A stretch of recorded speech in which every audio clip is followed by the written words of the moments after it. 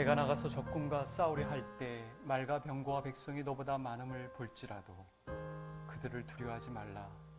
네 하나님 여호와께서 너와 함께 하시느니라. 존귀하신 주 하나님, 오늘 10월의 첫째 주 성령 강림 주일 이후 18번째 주일 예배를 드립니다. 오늘도 영상 예배로 주님께 예배를 드립니다. 이 또한 여건이 되어 각자의 처소에서 드리게 하신 것 감사합니다. 추석 연휴를 잘 보내게 하시고 영상 예배를 또 드리는 이 시간, 성찰과 고백과 감사와 결심이 뒤따르게 하여 주십시오. 저희 모두가 하나님께 속한 백성임을, 하나님을 섬기는 예배자이며 하나님을 대리하는 이들임을 확인하게 해 주십시오. 어디서든지 주님을 경배하고 주님을 높이는 굿모닝 가족들 모두가 될 수 있게끔 인도하옵소서. 거룩하신 주 하나님, 저희들이 드리는 예배를 받아주십시오. 주 예수 그리스도의 이름으로 기도드립니다. 아멘. 다 같이 있는 곳에서 일어나셔서 우리 사도신경을 한 목소리로 고백합니다. 나는 전능하신 아버지 하나님, 천지의 창조주를 믿습니다. 나는 그의 유일하신 아들 우리 주 예수 그리스도를 믿습니다. 그는 성령으로 잉태되어 동정녀 마리아에게서 나시고 본디오 빌라도에게 고난을 받아 십자가에 못 박혀 죽으시고 장사된 지 사흘 만에 죽은 자 가운데서 다시 살아나셨으며 하늘에 오르시어 전능하신 아버지 하나님 우편에 앉아 계시다가 거기로부터 살아있는 자와 죽은 자를 심판하러 오십니다. 나는 성령을 믿으며 거룩한 공교회와 성도의 교제와 죄를 용서받는 것과 몸의 부활과 영생을 믿습니다. 아멘. 영원한 문화 열려라.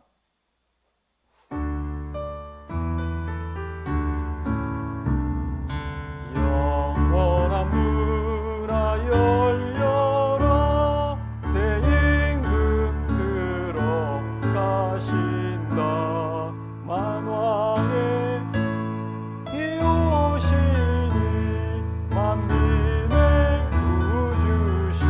구주시로다.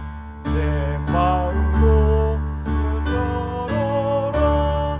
내 사사로니 그치고 이르도록 주 계실 성전 삼으라. 오 나의 주 내 마음에 곧 그 사함 되시며 그 큰 사랑 늘 베푸사 늘 동행하여 주소서. 아멘. 늘 드리는 기도지만 또 코로나19로 인한 지역 안정을 위해서 기도해 주시고 한국교회 주일 예배를 위해서 특별히 두 손 모아 주시기 바랍니다. 여러 가지 제약 가운데서도 불편한 가운데서도 하나님의 자녀롭게 사는 일에 있어서 우리가 굴하지 않게 해달라고 기도해 주셨으면 좋겠고요. 하나님의 통치를 받으면서 역적 전쟁에서 승리하는 저희들의 모든 삶이 될 수 있도록 위해서 함께 기도합니다. 기도하시겠습니다.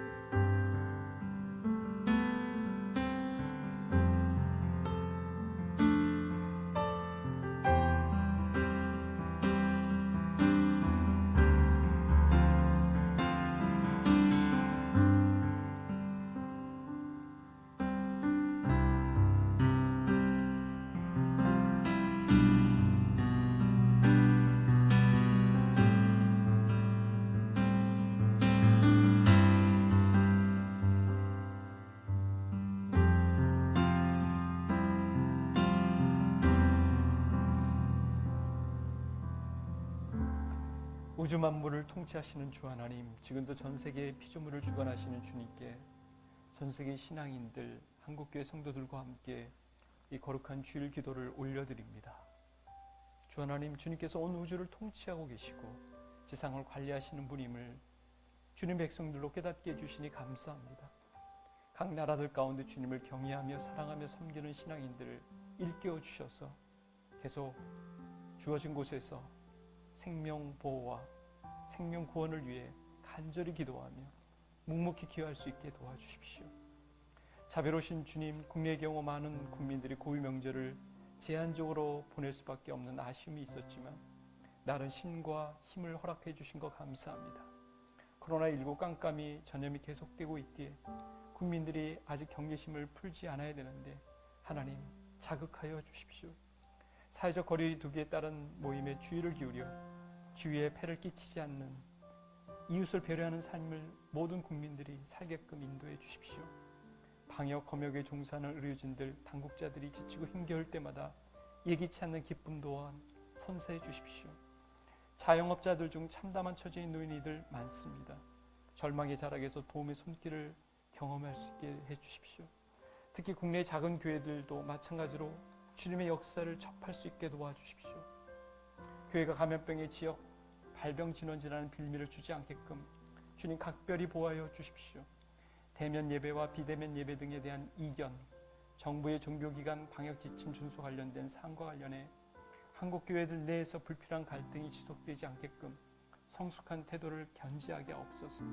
주님, 이 감염병에서 심리적, 환경적으로 안정된 사회적 조건을 바라는 일 못지않게 불편함과 불리함 속에서도 신앙이 퇴보되지 않고 성장할 수 있게끔 저희들을 자극하여 주시고 깨우쳐 주시옵소서.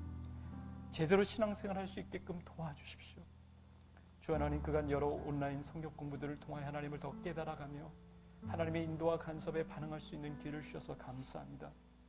그러나 영상으로 예배를 드린다는 핑계로 초기와 달리 신앙적인 열정과 자세가 무뎌져 온 것 다시금 확인하게 됩니다.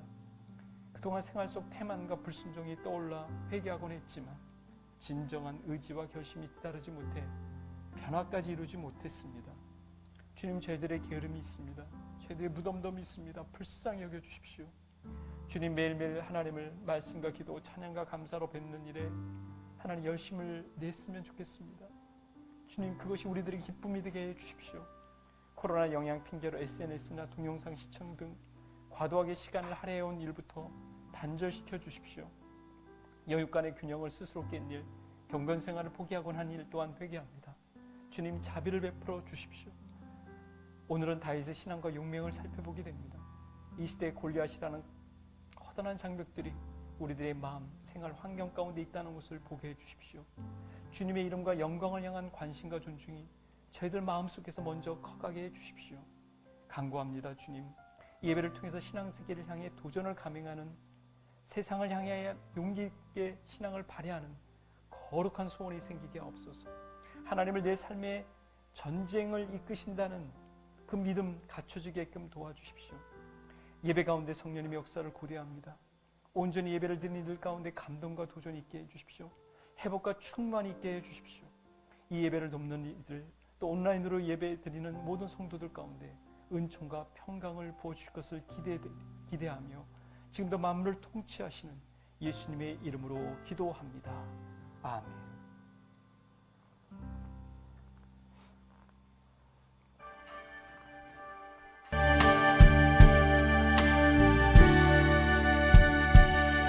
세상이 레시피했어도 너는 절망하지 말라. 내가 너를 도우리라.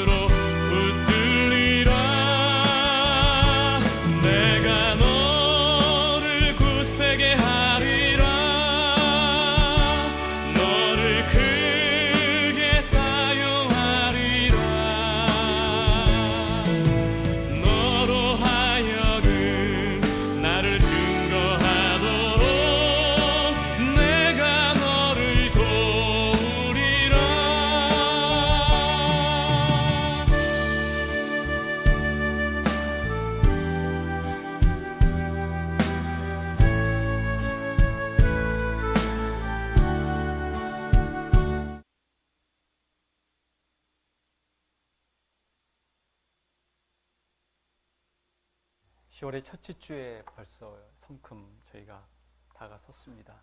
하나님의 은혜로 9월 달을 또 잘 마무리 짓고 또 연휴 기간을 거치면서 이제 10월 첫째 주 4일을 저희들이 맞이하고 있습니다. 이 한 달도 주님의 은총이 평강이 넘치시나 믿고요. 예배 대표 기도를 참조해 주셨으면 좋겠습니다. 10월 둘째 주부터는 기도를 맡은 분들이 뭐 부부일 경우는 같이 나오셔도 좋고요. 그래서 참석해 주셔서 그 주간에 그 주일의 예배를 위해서 중보자가 되어 주셨으면 하는 바람을 갖습니다. 가스펠 프로젝트 사무엘상을 탐사 중이죠. 계속 애용해 주시겠으면 좋겠습니다. 구스가 이제 또 다시 시작합니다. 그러니까 지난 며칠 동안은 연휴 기간이어서 쉬었지만 또 이번 주부터 다시 목요일 날 또 토요일 날 진행된다는 것 계속 기억해 주시고 두 손 모아 주십시오. 주의 날개 아래 나눔 릴레이가 추석을 맞이해서 하나님의 은총 가운데 잘 가동됐습니다. 주님의 은혜입니다. 주보에 나온 대로 김태성 서계번 결혼식이 다음 달 7일 토요일 날 12시에 부천 삼산 월드 체육관 컨벤션 센터 1층 단독홀에서 열립니다. 저도 이렇게 예쁘게 받았는데요. 며칠 전에 위해서 기도해 주시기 바랍니다. 또 이날 또 전자임 우리 청년 경우에는 또 임용고시도 있습니다. 또 위해서 또 기도해 주시기 바라고요. 지금 9월 1일부터 굿모닝식 벗기 챌린지가 진행 중인데 바쁜 청년들 있겠지만 또 같이 적극적으로 참여해 주시면 우리가 서로 살아가는 모습도 알고 또 격려도 할 수 있을 것 같습니다. 이번 주 금요 기도회는 이제 한글날이기도 하지만 그래도 저녁 8시 반에 기도회를 가꾸자 합니다. 목요일날, 수요일날 이렇게 생각도 했지만 또 수요일날은 또 수요 또 따로 영상으로 제가 또 올려드리는 부분도 있고 목요일날은 또 구스 모임도 있고 그래서요. 또 화요일날은 또 화요 구스 선생님들 또 모임이 또 있습니다. 저녁 때. 그래서 금요일날 그렇게 하게 된 것 이해해 주셨으면 좋겠습니다. 모든 분들이 같이 참여하시고 오전, 오후 때는 푹 쉬시고 저녁 때는 기도회로 참여해 주시면 더할 없이 감사할 것 같습니다. 우리 하나님의 말씀 같이 찾아보겠는데요. 사무엘상 17장인데 깁니다. 그 내용 중에서 일부를 선택했음을 기억해 주셨으면 좋겠습니다.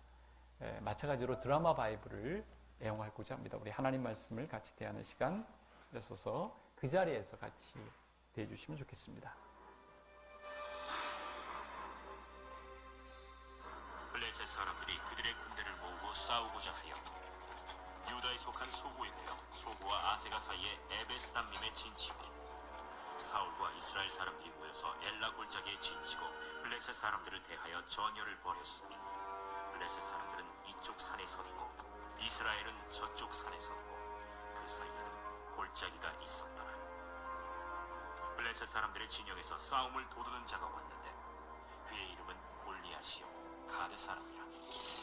그의 키는 6규빗 한 뼘이요 머리에는 노투구를 썼고 몸에는 비늘 갑옷을 입었으니 그 갑옷의 무게가 놋 5,000세겔이며 그의 다리에는 놋 각반을 쳤고 어깨 사이에는 놋 단창을 메었으니 그 창자로는 배틀 채 같고 창날은 철 600세겔이며 방패든 자가 앞서 행하더라. 그가 서서 이스라엘 군대를 향하여 외쳐 이르되 너희가 어찌하여 나와서 전열을 벌였느냐? 나는 블레셋 사람이 아니며 너희는 사울의 신복이 아니냐? 너희는 한 사람을 택하여 내게로 내려보내라. 그가 나와 싸워서 나를 죽이면 우리가 너희의 종이 되겠고 만일 내 아이가 그를 죽이면 너희가 우리의 종이 되어 우리를 섬길 것입니다.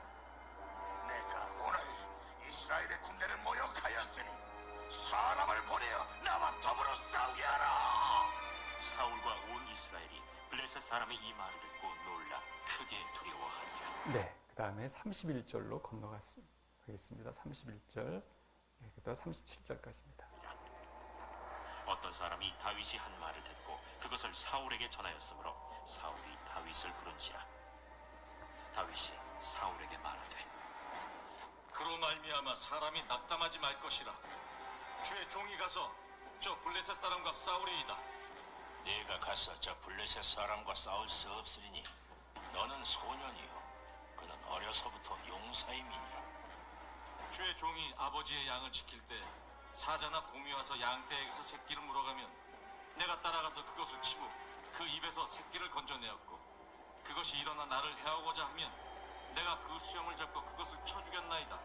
주의 종이 사자와 곰도 쳤은즉 살아계시는 하나님의 군대를 모욕한 이 할례받지 않은 블레셋 사람이리이까 그가 그 짐승의 하나와 같이 되리이다. 여호와께서 나를 사자의 발톱과 곰의 발톱에서 건져내셨은즉 나를 이 블레셋 사람의 손에서도 건져내시리이다. 가라. 여호와께서 너와 함께 계시기를 원하노라. 예. 그 다음에 41절부터 52절까지, 41절부터 51절 끝까지 이렇게 합니다. 41절. 블레셋 사람이 방패든 사람을 앞세우고 다윗에게로 점점 가까이 나아가니라. 그 블레셋 사람이 둘러보다가 다윗을 보고 업신여기니 이는 그가 젊고 붉고 용모가 아름다우니라. 네가 나를 개로 여기고 막대기를 가지고 내게 나왔느냐? 하고 그의 신들의 이름으로 다윗을 저주하고 그 블레셋 사람이 또 다윗에게 이르되 내게로 오라. 내가 내 살을 궁중의 새들과 들짐승들에게 주리라. 하는지라. 다윗이 블레셋 사람에게 이르되 너는 칼과 창과 단창으로 내게 나아오거니와 나는 만군의 여호와의 이름 곧 내가 모욕하는 이스라엘 군대 하나님의 이름으로 내게 나아가노라. 오늘 여호와께서 너를 내 손에 넘기시리니 내가 너를 쳐서 내 목을 베고 블레셋 군대의 시체를 오늘 공중의 새와 땅의 들짐승에게 주어 온 땅으로 이스라엘에 하나님이 계신 줄 알게 하겠고 또 여호와의 구원하심이 칼과 창에 있지 아니함을 이 무리에게 알게 하리라. 전쟁은 여호와께 속한 것인즉 그가 너희를 우리 손에 넘기시리라. 블레셋 사람이 일어나 다윗에게로 마주 가까이 올 때 다윗이 블레셋 사람을 향하여 빨리 달리며 손을 주머니에 넣어 돌을 가지고 물매로 던져 블레셋 사람의 이마를 치매 돌이 그의 이마에 박히니 땅에 엎드러지니라. 다윗이 이같이 물매와 돌로 블레셋 사람을 이기고 그를 쳐 죽였으나 자기 손에는 칼이 없었더라. 다윗이 달려가서 블레셋 사람을 밟고 그의 칼을 그 칼집에서 빼내어 그 칼로 그를 죽이고 그의 머리를 베니 블레셋 사람들이 자기 용사의 총을 보고 도망하는지라. 이스라엘과 유다 사람들이 일어나서 소리 지르며 블레셋 사람들을 쫓아 가이와 에그론 성문까지 이르렀고 블레셋 사람들의 부상자들은 사라임 가는 길에서부터 가드와 에그론까지 엎드러졌다. 예, 거기까지 하도록 하겠습니다.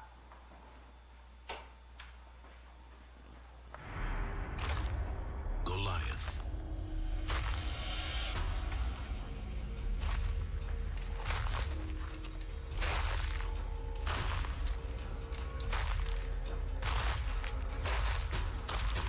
Will one of you fight me? Israelites, you win. And the Philistines will be your slaves. I win. And you will be our slaves. Someone must fight him! Not you, Jonathan. The warrior who defeats him will be a rich man! Not one man in Israel! Not one of God's people!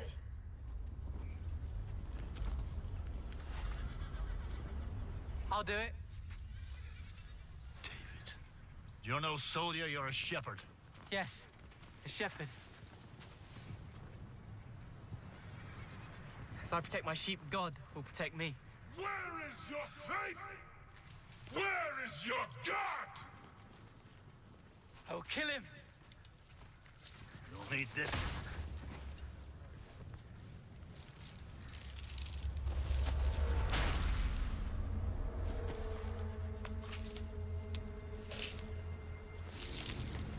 I'll be better without it.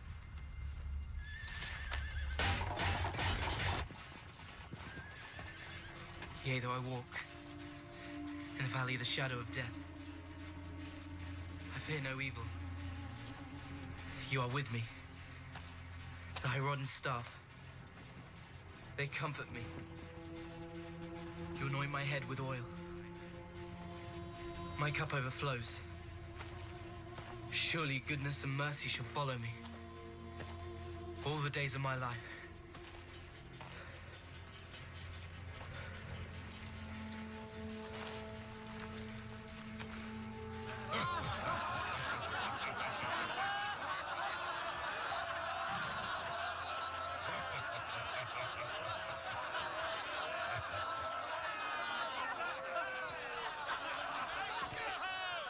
Israel has found a champion!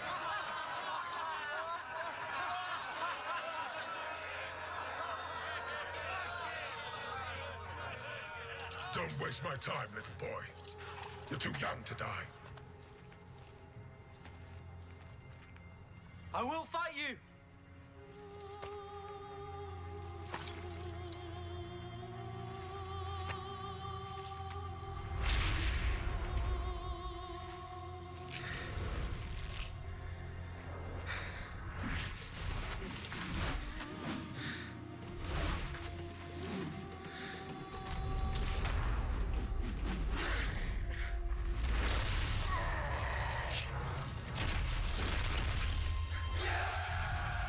Father, he did it. David did it.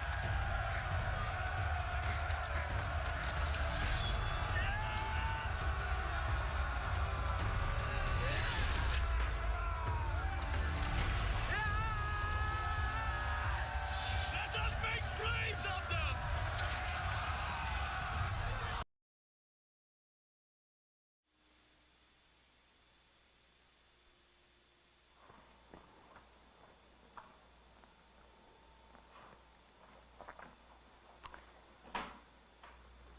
다윗은 골리앗과의 싸움에서 승리한 것으로 잘 알려져 있고 유명하죠. 어떻게 다윗이 여호와를 신뢰하여 여호와께서 다윗과 이스라엘을 구원하셨는지를 잘 보여주는 사건이기 때문에 그렇습니다. 그런데 이 사건이 다윗이 사무엘을 통해서 하나님 앞부터 기름 받은 후라는 점, 그리고 하나님의 영이 임한 후라는 점을 기억해 주셨으면 좋겠어요. 하나님께서 특별한 과제를 수행할 수 있게끔 하나님에 의해서 사로잡힌 삶이 되었다는 겁니다. 그러니까 그 후부터는 다윗은 그냥 일반인의 삶이 아닙니다. 자신의 삶을 그냥 자신이 주관하는 것이 아닌 공적으로 하나님에 의해서 새로워진, 말하자면 우리가 예수님을 믿은 후부터 그 전과 후가 다르듯이 다윗도 그랬습니다. 하나님으로부터 기름 부음 받은 후 하나님의 영이 임한 후부터 다윗은 놀랍도록 다른 삶을 살게 되죠. 그리고 다윗의 등장은 사울의 태조와 맞물려 있습니다. 사울이 끝내 불신하고 불순종하자 하나님은 다윗을 왕으로 선택하셨으며 사무엘을 통하여 그로 하여금 은밀하게 기름 붓게 하셨죠. 그의 마음에 맞는 사람을 그의 백성이 지도자로 삼으셨느니라. 이게 13장 14절에 등장합니다. 물론 공식적으로는 사울은 왕위를 그가 죽을 때까지 점하긴 했습니다만 어느새 다윗은 사울의 왕궁에서 왕정 음악가이자 그리병으로 섬기게 됩니다. 아마도 그 집에서 왕국에서 주초에 출근하여 주말에 퇴근하는 식의 이제 절차를 밟은 것 같은데요. 왕궁의 비서관 역할을 했음을 이렇게 표현해 주죠. 다윗은 사울에게로 왕래하며 베들레헴에서 그의 아버지의 양을 칠 때 17장 15절에 등장합니다. 이 또한 다윗이 왕궁에서 일정한 수업과 경험을 쌓게끔 하게 하신 하나님의 섭림을 우리는 보게 되죠. 어느 날 전쟁이 일어났습니다. 블레셋이 전력을 모아서 엘라 골짜기에 집결을 하게 됩니다. 평소에 이스라엘 백성들을 괴롭히고 제압하던 블레셋이 1절에 보면 그들의 군대를 모으고 말하자면 이스라엘을 침공하기 위해서 도발한 곳입니다.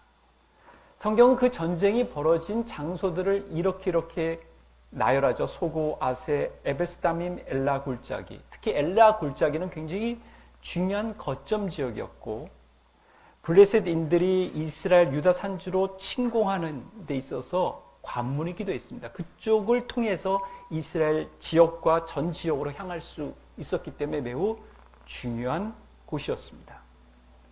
그런데 이미 소고가 블레셋 사람들의 장악에 들어간 만큼 초기 전세는 이스라엘에게 불리했습니다. 블레셋과 이스라엘 양측의 전쟁이 벌어지면서 형국은 단판을 벌이는 쪽으로 나가게 되었습니다. 싸움을 돋우는 자라고 표현되어 있죠. 4절에 싸움을 돋우는 자가 출현했기 때문에 그렇습니다. 양 진영에서 군대에서 대표되는 선수가 챔피언이 등장해서 대리전을 펼치는 이제 형국이 된 것이죠. 양쪽에서 서로 전쟁을 벌였을 때 피해나 대가가 너무 클 경우에는 이런 전쟁이 선호되기도 했습니다. 이거는 성경에만 나오는 게 아니라 고대 근동의 문헌에도 나오는 부분입니다. 너희는 한 사람을 택하여 내게로 내려보내라. 골리앗이 그렇게 얘기하죠. 가드 출신의 골리앗이 누구든지 싸우러 나오라고 윽박지릅니다. 이스라엘 진영을 향하여. 그래서 싸움에서 이기는 사람이 속한 군대가 말하자면 승리를 거두게 되고, 그리고 나머지 군사들은 굴복하게 되는 것이죠. 그가 나와 싸워서 나를 죽이면 우리가 너희의 종이 되겠고, 만일 내가 이겨 그를 죽이면 너희가 우리의 종이 되어 우리를 섬길 것이니라. 9절의 말씀에 나오죠.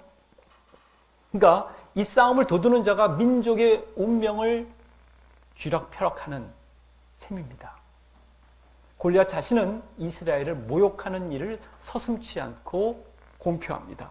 내가 오늘 이스라엘의 군대를 모욕하였으니 사람을 보내어 나와 더불어 싸우게 하라. 이런 골리앗의 모욕적인 도발에도 불구하고 사울을 위시한 어느 장수도 앞에 나서지 못한 채 두려워하는 모습을 성경은 말해줍니다. 11절 온 이스라엘이 이 블레셋 사람이 이 말을 듣고 놀라 크게 두려워하니라. 왕이자 지도자로서 사울도 나름 매우 곰핍하고 고통스러운 시간을 보냈을 것 같습니다. 근데 보십시오. 이미 지도자인 모세를 통해서 하나님이 이 말씀 주시지 않았습니까? 내가 나가서 적군과 싸우려 할 때 말과 병거와 백성이 너보다 많음을 볼지라도 그들을 두려워하지 말라. 네 하나님 여호와께서 너와 함께 하시니라. 이게 신명기 20장 1절에 나옵니다. 또 3절 4절에는 이 말씀이 등장해요. 너희가 오늘 너희의 대적과 싸우려 나왔으니 마음에 겁내지 말며 두려워하지 말며 떨지 말며 그들로 말미암아 놀라지 말라. 너희 하나님 여호와는 너희와 함께 행하시며 너희를 위하여 너희 적군과 싸우시고 구원할 것이니라. 사실 이 말씀을 사울은 기억해야 하지 않겠습니까? 오죽했으면 다윗이 사울에게 다가가서 이런 말을 전했을까요? 다윗이 사울에게 말하되 그로 말미암아 사람이 낙담하지 말 것이라. 32절에 나옵니다. 골리앗 때문에 두려워할 필요가 없습니다. 사울왕의 수치 아니겠습니까? 아버지 이새의 심부름으로 양떼를 몰다가 전장터로 가서 그 형들, 전장에 참여한 형들에게 줄 간식과 병사들에게 줄 간식을 전했던 다윗. 그 전쟁터에서 들려오는 목소리를 듣게 됩니다. 전과 같은 말을 하매 다윗이 들으니라. 23절 말씀. 이스라엘과 하나님을 향한 모욕적인 굴욕감을 가져다 주는 그 언사, 악담, 그로 인해서 의분을 가지고 나갔던 이들조차도 있었겠죠? 처음에는. 근데 그 골리앗의 위용을 보고서 후퇴합니다. 두려워합니다. 그 사람을 보고 심히 두려워하여 그 앞에서 도망가요. 24절 말씀. 그러니까 당시 아무도 그와 대결을 하지 않는 상황에서 다윗은 사울의 승인을 받고 대결장에 나서려 했죠.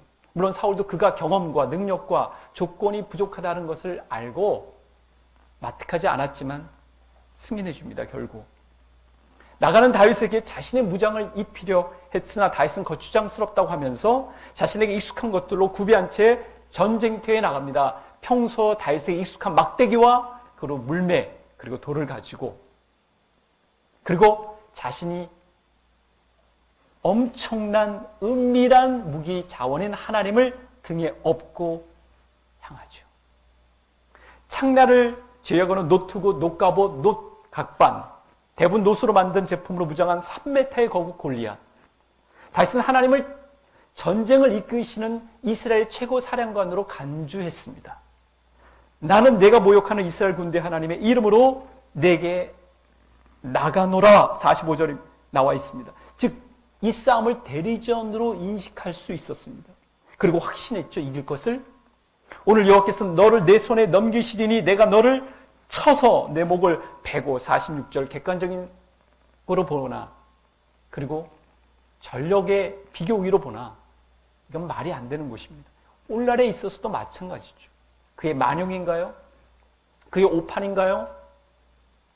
그러나 다윗은 하나님을 아는 데서 나오는 하나님의 영에 사로잡힌 충만한 데서 나온 용기이자 신앙이었습니다. 근거 없는 자만이 아니었습니다. 이런 용맹과 신뢰가 사울에게 없던 부분이었습니다. 다윗에게 있는. 다윗은 온 땅으로 이스라엘에게 하나님이 계신 줄 알게 하겠고 또 여호와의 구원하심이 창과 칼에 있지 아니하다 하면서 하나님을 이스라엘의 구원자로 여겼습니다. 이기는 쪽의 신이 더 우월하고 강력하다는 것을 보여주는 바로 이 전쟁은 영적 전쟁임을 그는 알아차렸습니다. 이스라엘의 하나님과 블레셋의 다곤신과의 결투로 받아들였기 때문입니다. 다윗은 이 전쟁에 임하는 태도를 자신의 신앙 통해 자신의 신앙을 드러냈습니다. 그는 과거에 도우셨던 하나님이 오늘 이 위기 상황 가운데서도 도우실 것이라고 확신했습니다. 믿었습니다. 여호와께서 나를 사자의 발톱과 곰의 발톱에서 건져내셨은즉 나를 이 블레셋 삶 속에서도 손에서도 건져내시리이다. 37절. 실제로 하나님은 이때뿐만 아니라 향후에 있어서도 요단을 통해서라도 도움의 손길을 통해서도 사울로부터 이 다윗의 목숨을 보호해 하셨습니다. 그는 위험한 상황에서 특히 신앙을 발동했죠.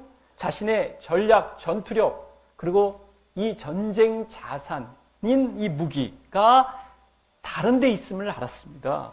너는 칼과 창과 단창으로 무기들이죠. 일반적인 내게 나아오거니와 나는 만군의 여호와 이름 내가 모욕하는 이스라엘 군대 하나님으로 내게 나아가노라. 이게 45절에 나옵니다. 호세아 선지자의 표현을 여러분 아십니까? 내가 유다 족속을 긍휼히 여겨 하나님의 말씀입니다. 그들이 하나님 여호와로 구원하겠고 칼이나 전쟁이나 말과 마병으로 구원하지 아니하리라 하시니라. 이게 호세아 1장 7절에 나옵니다. 그러니까 반면 골리앗은 단지 다윗의 체구를 봤습니다. 그냥 경험을 본 거예요. 얼굴을 봤습니다. 외모로 판단했지 다윗이 하나님을 등지고 나와서 전쟁을 벌이는 것으로 생각하지 못했습니다. 그는 다윗과 싸웠지만 다윗과 싸운 게 아니라 하나님과 싸웠음을 그는 알지 못했던 것이죠. 그게 바로 그가 패할 수밖에 없었던, 그가 꼬꾸라들 수밖에 없었던, 그가 자기의 목을 내보낼 수밖에 없었던 이유였습니다. 그러니까 다윗이 아니더라도 어떤 장수가 다윗과 같은 용맹과 신앙으로 나갔다면 설령 사울이라도 승리를 거머쥘 수 있었을 게 걸림없습니다. 다윗이 사용한 것은 물매질, 잘 다룰 경우 정확하게 속도감 있게 나가서 100m 넘어까지도 표적을 맞출 수가 있습니다. 잘 다루는 사람들의 경우는. 사용되는 돌들이 야구공만 하기 때문에 표적에 맞춰지면 치명상을 입히는 것은 거의 틀림이 없습니다. 전쟁터에서 다윗은 검을 사용하지 않고 돌을 사용했죠. 그것은 하나님의 패턴에 그가 따랐기 때문에 그렇습니다. 하나님은 어떤 패턴으로 일을 이루셨습니까? 모세를 통해서 그 지팡이를 통해서 온갖 표적과 기적을 일으키신 분이 아니십니까?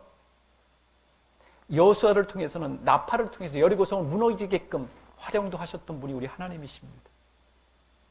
기도원을 통해서는 나팔이라든가 항아리라든가 횃불 같은 무기로서 발휘될 수 없는 것들을 통해서 그 미디안 족속을 이기게 하신 분이 또 우리 하나님이시죠. 심지어 결함이 많은 삼손을 통해서도 나귀 턱뼈를 통해서도 1000명의 블레셋을 묵지를 수 있게끔 하셨습니다. 이제 다윗은 그 돌을 가지고 던져서 하나님의 명예와 이스라엘 구원을 가져올 수 있게끔 그 통로가 되게끔 했습니다. 다윗이 평소 양들을 돌보던 것으로 무기를 삼은 것이 효과를 보게 한 것, 그것도 하나님의 개입이고 하나님의 역사라는 거 여러분 인정하실 겁니다. 특히 돌을 사용했다는 것은 골리앗이 다윗 이스라엘 향해서 신성 모독한 것, 이 저주를 퍼부은 것에 대한 하나님의 강력한 징벌입니다.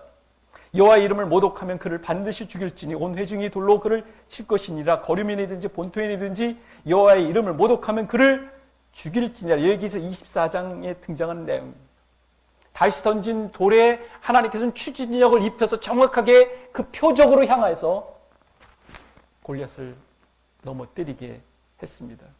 그러니까 표적에 맞추게 한 하나님의 심판의 돌이었습니다. 기억하십니까? 하나님의 언약궤가 블레셋 지역에 있었을 때 그 다곤 신상들, 블레셋 민들이 숭상하던 신상들이 무너져 내린 일, 다곤이 여호와의 궤 앞에서 또다시 엎드러져 얼굴이 땅에 닿았고 그 머리와 두 손은 끊어져, 이게 사무엘상 5장 4절에 등장하는 내용이죠. 이제 다곤의 챔피언이라고 말했던, 등장했던 골리앗의 운명이 이와 같은 꼴이 된 것이죠. 손을 주머니에 넣어 돌을 가지고 물매로 던져 블레셋 사람의 이마를 치매 돌이 그 이마에 박히니 땅에 엎드러지는 49절 말씀을 보시기 바랍니다. 사실 골리앗도 이 전쟁에 나오면서, 대리전에 나오면서 그 상대방인 다윗을 향하여서 저주를 부었습니다. 그 신의 이름을 동원해서 그의 신들의 이름으로 다윗을 저주하고 43절에 등장하죠. 심지어 다윗이 새 먹이가 될 것이라는 비참한 운명까지 예견했습니다. 그런데 그렇게 됐나요? 그렇지 않죠. 자신의 병사들이 보는 앞에서 거꾸로 된 신세를 보이게 되었습니다. 골리앗이 쓰러진 후 다윗은 그가 차고 있던 칼을 빼서 그의 목을 치는 일을 합니다. 그의 승리를 완결짓고자 하는 행위였던 것이죠. 그가 쓰러진 머리를 가지고 예루살렘에 가져간 것은 전쟁의 트로피와 같은 것으로서 하나님께서 이방 민족까지 통치하신다는 것을, 블레셋 신인 다곶 아스타롯을 제압하셨다는 것을 명쾌하게 증명하는 것이죠. 결국 전쟁에 참여한 모든 이스라엘 백성들은 다윗이 다음의 왕이 될 수 있는 자격을 갖추고 있음을, 하나님이 그를 통해서 이스라엘을 구원하셨음을 목격하게 됩니다. 하나님이 하시는 방식이 이렇죠. 이런 놀라운 일은 바로 하나님이 다윗과 함께 하셨고 다윗을 사용했기 때문에 가능한 일이었습니다. 특히 하나님의 영이 다윗에게 임하셨다는 점을 주목해 주시기 바랍니다. 하나님의 영이 임했을 때 구약에서는 특별히 그가 부름받은 이가, 선택받은 이가 귀하게 특별한 목적과 과제로 쓰임받을 예정임을 보여주는 것이죠. 사사시대 온니엘과 삼손이 그랬죠. 사울 왕도요, 하나님의 영이 임했을 때 그의 삶의 변화가 찾아왔습니다. 태도가 달랐습니다. 전쟁이 임하는 것도 마찬가지였죠. 암몬 족속 나하스가 길랏 야베스를 침공하고 그리고 진을 치고 내가 너희 오른손을 모조리 뽑아 이스라엘 치욕거로 삼겠다는 이스라엘을 모욕하는 언사를 들었을 때 사울이 어떤 반응을 보였는지 여러분 기억하시지 않습니까? 의분에 가득 차서 그가 직접 주도하여 각 지파별로 사자들을 보낸 후 배색에 집결된 인원을 점검해 보니 무려 30만이 됐어요. 그만큼 영향을 끼쳤던 사울이었습니다. 용맹스러웠던 사울이었어요. 하나님의 영에 사로잡혔던, 충만했던 사울은 그런 모습이었습니다. 그러나 지금의 사울은 어떤 모습입니까? 하나님의 종으로서의 왕이라는 의식과 태도를 갖추지 못한 채, 상실해버린 채 반복적으로 거만하게 주님의 뜻을 불충하면서 살아가자 더 이상 주님의 도구가 방편이 되지 못했습니다. 주님의 영이 그를 떠나시게 됐습니다. 사울이 하나님을 버렸기 때문입니다. 15장 26절이죠. 사무엘이 사울에게 이르되 이는 왕이 여호와의 말씀을 버렸으므로 여호와께서 왕을 버려 이스라엘 왕이 되지 못하게 하셨음이니이다. 그러니까 사울의 경우 여호와의 영이 떠나자 극심한 곤경에 처하게 됩니다. 반면 다윗에게 하나님의 영이 임하자 그에게 타고난 일들이 질비하게 나타납니다. 사울에게는 주의 영이 떠나고 악한 영이 찾아들지만 다윗은 사울의 왕궁에 찾아들죠. 다윗의 삶 전체는 주님의 영과의 친밀한 관계 속에서 이루어졌다 해도 과언이 아닙니다. 그는 하나님과 친숙했습니다. 친밀했습니다. 말년에 다윗의 고백을 기억하십니까? 여호와 영이 나를 통하여 말씀하시며 그의 말씀이 내 혀에 있도다. 이게 사무엘하 23장에 등장하는 내용입니다. 지금 말하자면 성령 충만한 삶 아니었습니까? 그러니까 이스라엘 향하여 이런 골리앗의 도전을 받아들여야 될 첫 번째 주자는 다름 아닌 사울이었습니다. 그런데 사울은 굴복하고 있었습니다. 두려워하고 있었습니다. 사실은 사울은 이스라엘 백성들 가운데 가장 큰 키를 갖고 있었고요. 돋보이는 자 아니었습니까? 가장 큰 권좌에 올랐고요. 가장 높은 위치에. 가장 큰 좋은 자원, 무기를 갖고 있는 사람 아닙니까? 그러니까 그가 단연코 단연히 나가야만 했던 사람입니다. 그러나 두려워 당당히 서지 못했습니다. 반면 다윗은 골리앗의 이런 악담을 살아계신 하나님께 대한 비난, 비방이라고 간주했습니다. 사울은 예전과 달리 그럴 의지와 신앙이 약화됐고 사라져버렸습니다. 그러니까 다윗은 이 전쟁이 바로 신앙 전쟁임을, 영적 전쟁임을 간주한 채 이렇게 표현하죠. 나는 만군의 여호와의 이름, 내가 모욕하는 이스라엘 군대의 하나님의 이름으로 내게 나가노라. 오늘 여호와께서 너를 내 손에서 넘기시리니 내가 너를 쳐서 온 땅으로 이스라엘 내 하나님이 계신 줄 알게 하겠고 또 여호와의 구원하심이 칼과 창에 있지 아니함을 전쟁은 여호와께 속한 것인지 그가 너희를 우리 손에 넘기시리라. 45절부터 47절에 나오는 내용입니다. 전쟁을 읽을 줄 아는 신앙이었습니다. 다윗은. 그러니까 다윗은 사울 앞에서 자신의 기량과 전의를 밝히면서 그간의 자신의 경력을 표현하면서 어떤 표현을 쓰냐면 짐승의 하나와 같이 된다. 누가요? 골리앗이. 그러니까 평소에 사나운 짐승들과 싸워서 이겼던 그런 자신이 이제는 이 짐승과 같은 골리앗을 이겨서 명예롭게 하나님 앞에 바치겠다는 그런 의사를 밝히죠. 하나님이 자신의 명예를 지키고 골리앗을 패배시킬 것이라는 분명 확신이 있었습니다. 그러니까 다윗은 사울과 달리 하나님의 이름과 영광, 그 백성들의 안위를 지키려 했습니다. 살아계신 하나님을 두려워하고 존중하는 일은 사람들의 불필요한 시선과 눈길과 압력으로부터 자유롭게 해줍니다. 여러분, 우리 생활 속에서 그렇지 않습니까? 요즘 신앙인이라는 어떤 표현이나 표출을 하기 참 어려운 때있죠. 어떤 이는 기도할 때도 마음이 부담이 된다. 식사 기도할 때.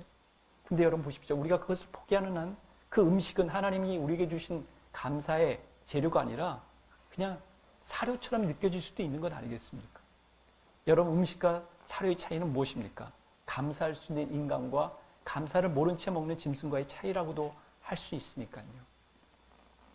그러니까 다윗과 사울의 차이는 살아계신 하나님의 이름과 그분에 대한 존중과 열정이 있는가 없는가의 큰 차이입니다. 여러분 동의하십니까?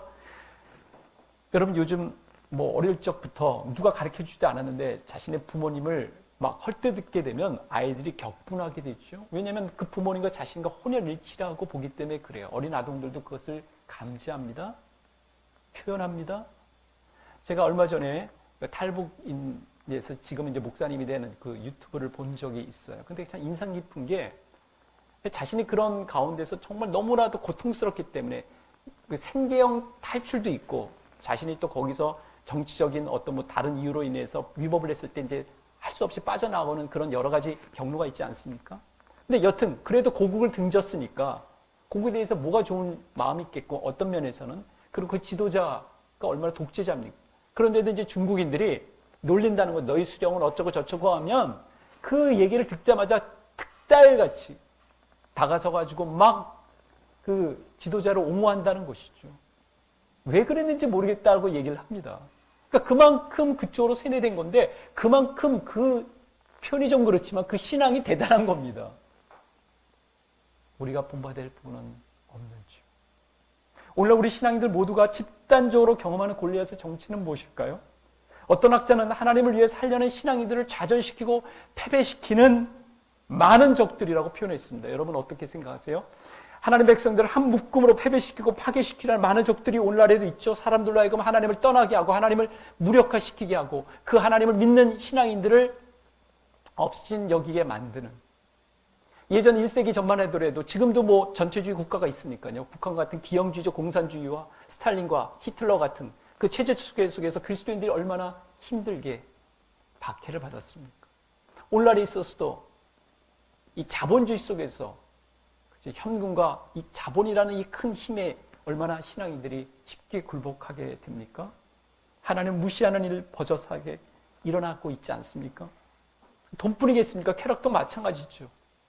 그리고 자신의 판단, 자신의 주장도 굽히지 않는 것, 일종의 블레셋의 골리앗 아니겠습니까? 자, 골리앗에게 이제 우리가 무엇을 행할 수 있겠습니까? 성경의 드라마 바이블에서는요, 흥미롭게도 배역을 맡은 이가요, 이 다윗의 배역을 맡은 이, 그리고 또 상대방인 골리앗의 배역을 맡은 이가 다윗이 골리앗을 향해 선포를 하자 이런 소리가 들리더라고요. 내게 나아오거니와 난 만군의 여호와의 이름 곧 내가 모욕하는 이스라엘 군대 하나님의 소리가 들립니까? 이름으로 아, 내게 하는 소리. 나아가노라. 오늘 여호와께서 너를 내 손에 넘기시리니 내가 너를 쳐서 내 목을 베고 블레셋 군대의 시체를 오늘 공중의 새와 땅의 들짐승에게 주어 온 땅으로 이스라엘에 하나님이 계신 줄 알게 하겠고. 다윗 선포에 이미 골리앗이 괴로워하는, 무너져 내리는 것을 암시해주고 있어요. 저는 굉장히 기막힌 연출이라고 봅니다. 그러니까 오늘 내 앞을 가로막는 골리앗을 물칠 수 있는 무기는 내 손에 안에 있는 물맷돌, 기도의 능력이고요, 말씀의 선포라고 얘기할 수가 있습니다. 여호와의 구원하심이 칼과 창에 있지 아니함을 이 무리에게 알게 하리라. 전쟁은 여호와께 속한 것이지 그가 너희를 우리 손에 넘기시리라. 47절의 말, 시편 기자도 이렇게 거듭니다. 나는 내 활을 의지하지 아니할 것이라. 내 칼이 나를 구원하지 못하리라. 정확히 본 것이죠. 시편 44편 6절에 나옵니다. 다윗이 이런 고백을 했던 걸 기억하십니까? 노래까지 했죠. 내가 주를 의리하고 적군을 향해 달리며 내 하나님을 의지하고 담을 뛰어넘나이다. 18편 29절에 나오는 내용입니다. 기도와 선포가 먼저 날아갈 때 골리앗이 무너지기 시작한다는 것, 그리고 기도로서 돌파구가 열려진다는 것, 길이 열려진다는 것, 지혜가 생긴다는 것, 활로책이 열린다는 것. 하나님은 내 앞에 서서 내 앞서 골리앗을 무너뜨리고 계시다는 것을 여러분 믿고 계십니까? 남유다 왕 여호사밧 시대에 여호사밧 왕이 선한 왕이거든요. 지혜로운 왕이거든요. 종교개혁과 사법개혁을 단행합니다. 여러분, 이 개혁 단행하는 것은 쉬운 일은 아니잖아요. 그런데 때마침 암몬과 모압 자손이 유다를 치러 침공합니다. 아니, 좋은 일을 했으면 왜 전쟁이 생기죠? 근데 이유가 있는 전쟁이에요. 그래서 여호사밧 왕과 예루살렘 주민 이스라엘 백성들로 하여금 신앙을 견고하게 할 수 있는 좋은 기회인 셈이었습니다. 전쟁 앞에 두려움에 빠지지 않을 자가 누구겠습니까? 여호사밧도 그랬습니다. 여호사밧이 두려워하여 여호와께로 낯을 향하여 간구하고 기도했다는 것이죠. 하나님 앞에 온 유다 백성에게 금식하라 공포하며 유다 사람이 여호와께 도우심을 구하려 하여 유다 모든 성읍에서 모여와서 여호와께 간구하더라. 역대하 20장 3절 4절에 나오는 내용입니다.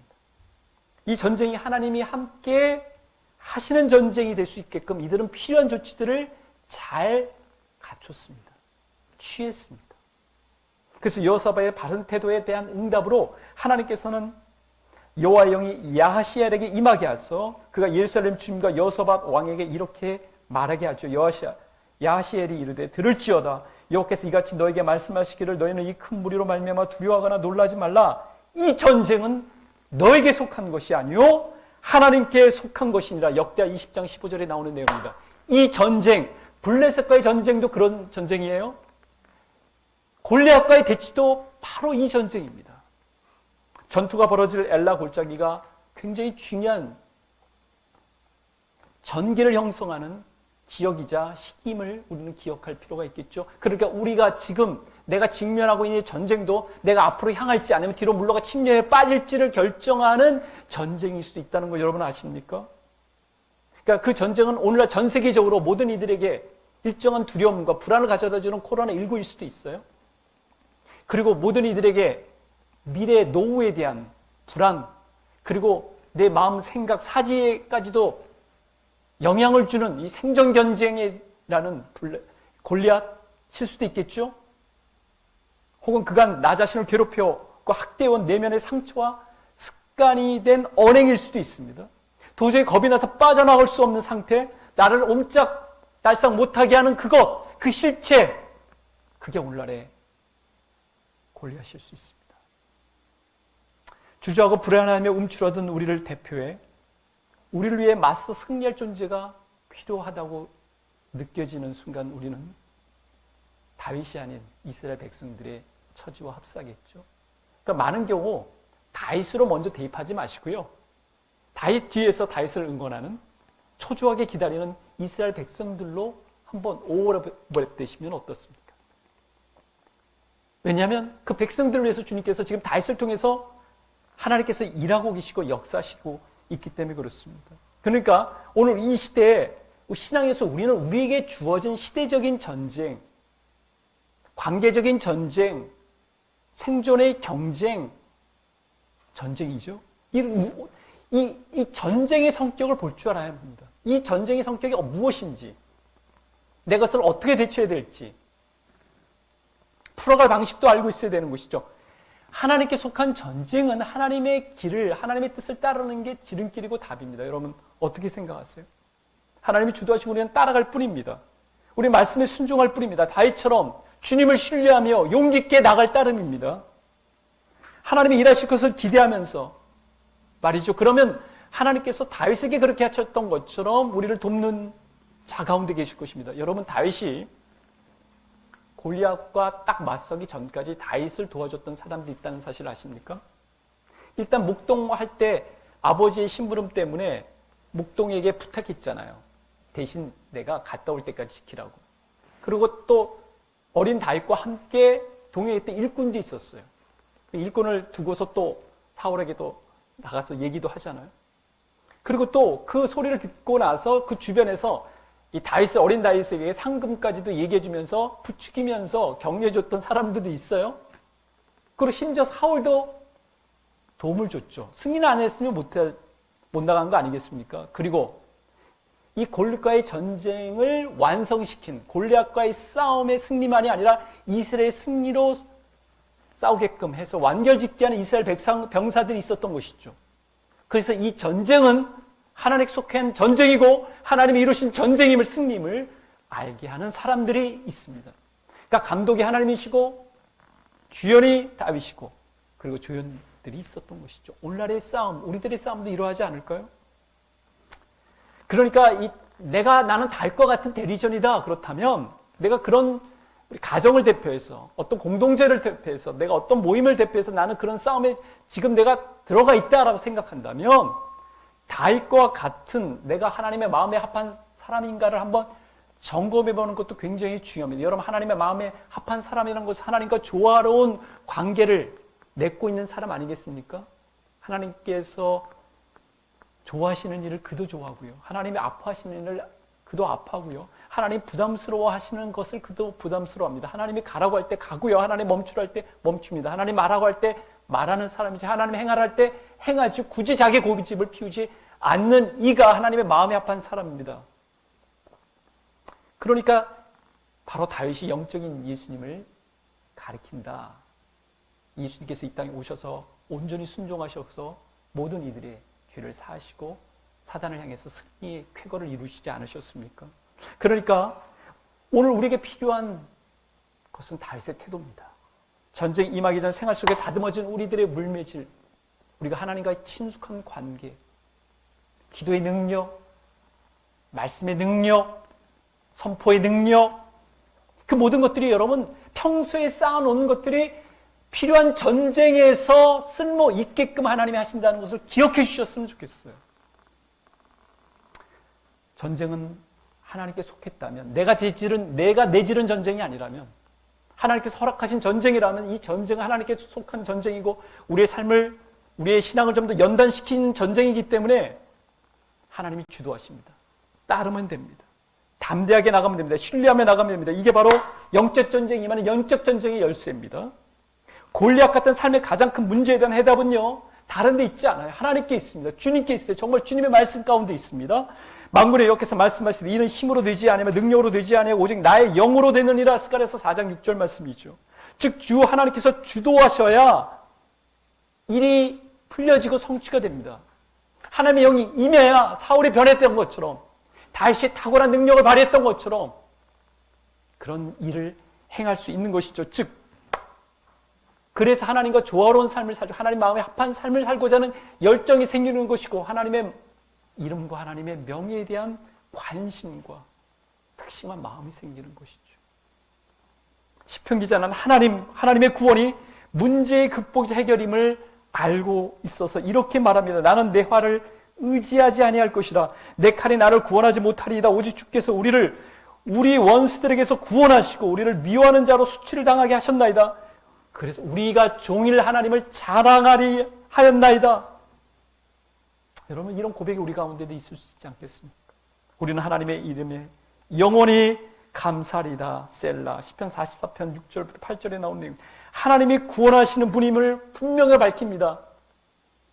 분명하게 표명하고 있습니다. 그렇습니다.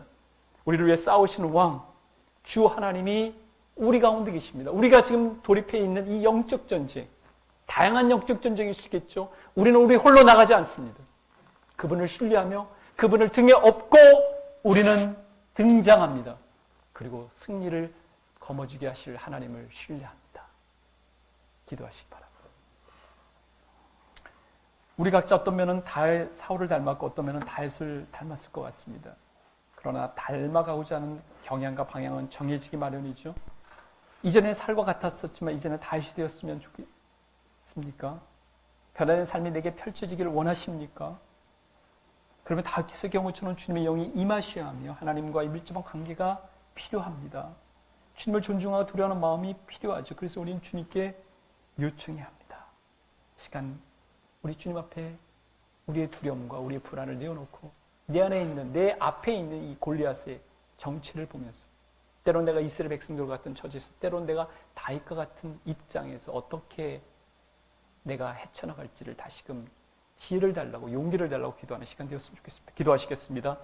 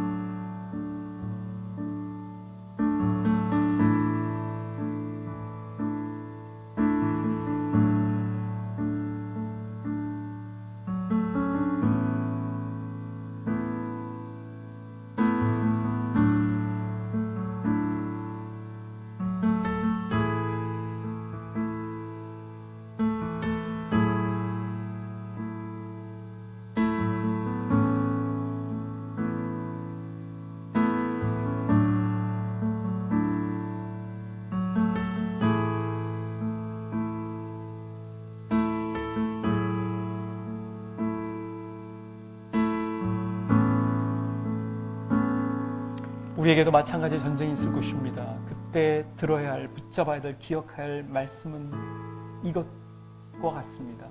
이스라엘 들으라. 너희가 오늘 너희 대적과 싸우려고 나왔으니 마음에 겁내지 말며 두려워하지 말며 떨지 말며 그들로 말미암아 놀라지 말라. 너희 하나님 여호와는 너희와 함께 행하시며 너희를 위하여 너희 적군과 싸우시고 구원하실 것이라. 두려워하지 않는 일도 승리의 첫 단추입니다. 너희는 이 큰 무리로 말미암아 두려워하거나 놀라지 말라. 이 전쟁은 너희에게 속한 것이 아니오 하나님께 속한 것이니라. 그렇습니다. 우리는 두려워하거나 놀라는 그런 자세와 태도로부터 벗어나 하나님을 의지하고 신뢰하는 게 필요합니다. 내가 유다 족속을 긍휼히 여겨 그들이 하나님 여호와로 구원하겠고 활과 칼이나 전쟁이나 말과 마병으로 구원하지 아니하리라. 그 말씀을 붙들어야 합니다. 하나님의 구원 방식은 사람의 방식과는 다르게, 세상의 방식들과는 다르게 펼쳐지곤 합니다. 하나님이 행하셨다고 고백할 수밖에 없고 말이죠. 오늘날 내가 직면한 영적 전쟁에서 내가 기도하며 고백하며 선포할 말씀입니다. 하나님, 이 말씀들을 간직합니다. 이 말씀들을 사용하고자 합니다.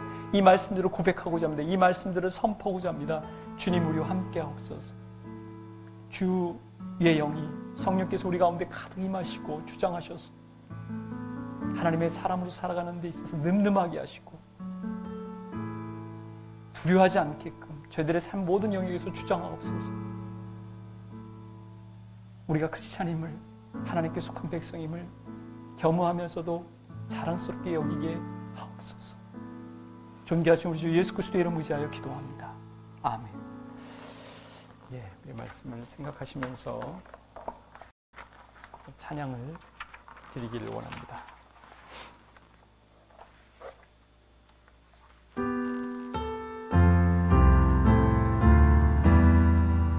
예주는 강한 성이요 내 주는 강한 성이요 방패와 병기 되시니 그 난란에서 우리를 구하여 내시리로다.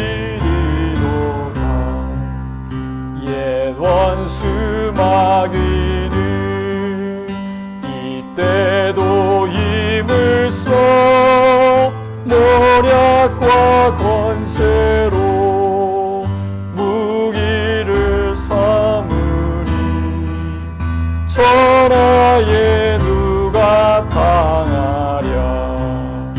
내 입만 의지할 때는 패할 수밖에 없도다. 힘 있는 장수 나와서 날 대신하여 싸우네. 이 장수 누군가 주 예수 그리스도 만군의 주로다. 당할 자 누구랴 반드시 이기리로다. 이 땅에 막이 들끓어 우리를 삼키려 하나 겁내지 말고 섰거라. 진리로 이기리로다. 친척과 재물과 명예와 생명을 다 빼앗긴데도 진리는 살아서 그 나라 영원하리라.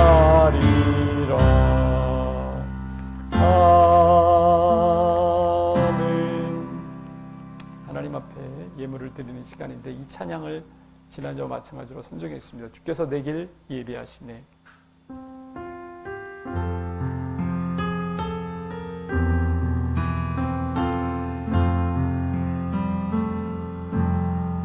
주께서 내 길 예비하시네.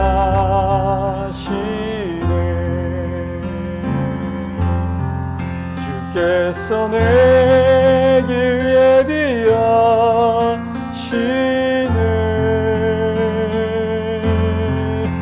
이제 하루하루를 주를 위해 살리라. 주께서 내 길 예비하시네.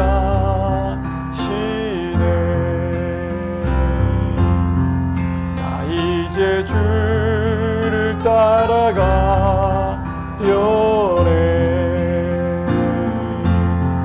나 이제 주를 따라가려네.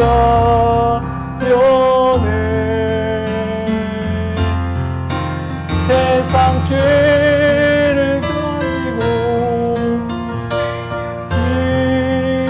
찾았네. 이제 주를 따라가려네. 기도하시겠습니다. 주님, 지난 한 달간의 삶을 지켜주셔서 감사합니다. 필요한 것들을 취하고 또 활용할 수 있게끔 여건과 지혜와 능력 주셔서 감사합니다.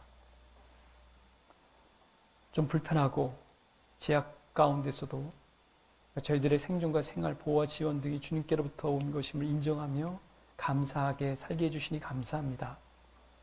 이번 10월 달에 경제 형편도 주님께 맡깁니다. 불필요하게 헛되게 빠져나가지 않게끔 보여주시되 저희로 하여금 또 계속 검소하게 살 수 있게 인도해 주십시오. 우리가 받고 누린 온갖 혜택들 누군가와 기쁘게 나눈 삶이 될 수 있게끔 인도해 주시고 그런 기회도 주시고 하나님께 속한 것은 주님께 되돌려드리는, 기쁘게 되돌려드리는 저희들 되게 해주십시오. 재정, 시간, 기회, 재능, 건강 모든 영역에서 주님을 위해 사용하는 저희들 되게 하옵소서. 다시 확고한 신앙을 본받아 우리 모두 영적 전쟁에서 승리할 수 있게 해주십시오. 교회를 아끼는 굿모닝 교우들이 있습니다. 가정, 터전, 건강, 일상 위에 함께 해주시기를 소원합니다. 주님의 자녀로 사는 이 거룩하고 자랑스럽고 복된 삶 늘 감사할 수 있게 해준 거 감사드리며 예수님의 이름으로 기도드립니다. 아멘. 네, 광고 우리가 그동안 하나님의 은혜 가운데서 잘 마칠 수가 있었죠. 네, 굿모닝 챌린지 계속 응원해 주시고 또 같이 적극적으로 참여해 주시기 바라고요. 그리고 또 어린이 양육 코스 하나님의 은혜 가운데서도 계속 진행 중이니까 우리 교사분들을 위해서 기도해 주셨으면 좋겠고요. 그리고 하나님의 은혜로 또 주의 날개 아래 잘 마칠 수 있었습니다. 이번 성탄에도 우리 재난기금으로 이렇게 아름답게 사용될 수 있었으면 하는 바람을 가져봅니다. 함께 해주신 분들에게 감사를 드립니다. 네. 예, 필요한 또 광고는 저희가 또 단톡방에 올려드리도록 하겠습니다. 우리 굿모닝 가족분들 또 온라인 이렇게 참여해주신 다른 교회 우리 가족분들 잘 지내셨는지 모르겠습니다.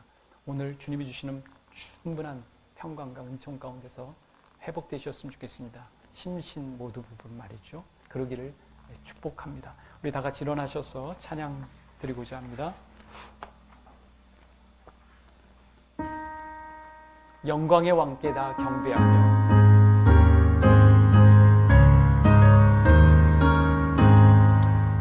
영광의 왕께 다 경배하며 그 크신 사랑 늘 찬송하라.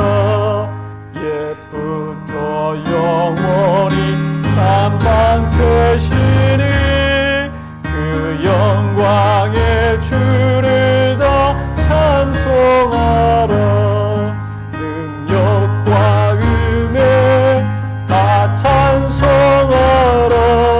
그 옷은 햇빛 그 집은 궁창 그늘의 소리로 주노하시고 폭풍의 날개로 달려가신다. 저 아름답고 놀라우리 가득한 이 땅 다 주의 조화 그 힘찬 명령에 더 잡히다니 저 푸른 바다는 꼭 간주하겠습니다.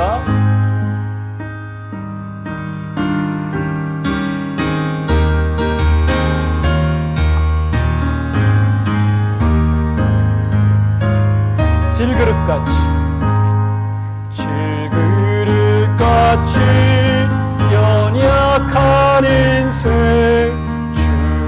주지하여 늘 강건하리. 온 백성 지으신 만왕이시니 그 자비 영원히 변함없소라.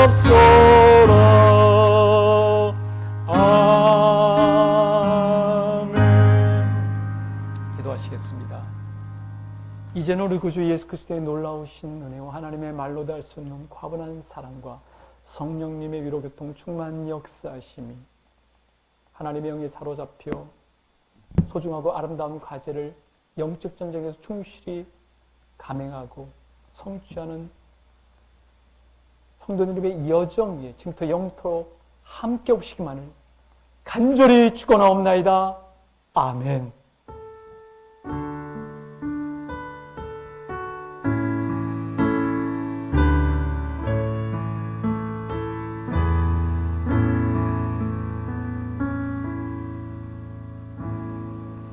우리들의 각종 대치 국면에서 주님께서 우리와 함께 하실 것입니다. 기도의 능력, 말씀의 선포, 그 무게를 놓치지 마시고 무엇보다도 하나님이 우리와 함께 하신다는 사실을 잊지 않으셨기를 바랍니다.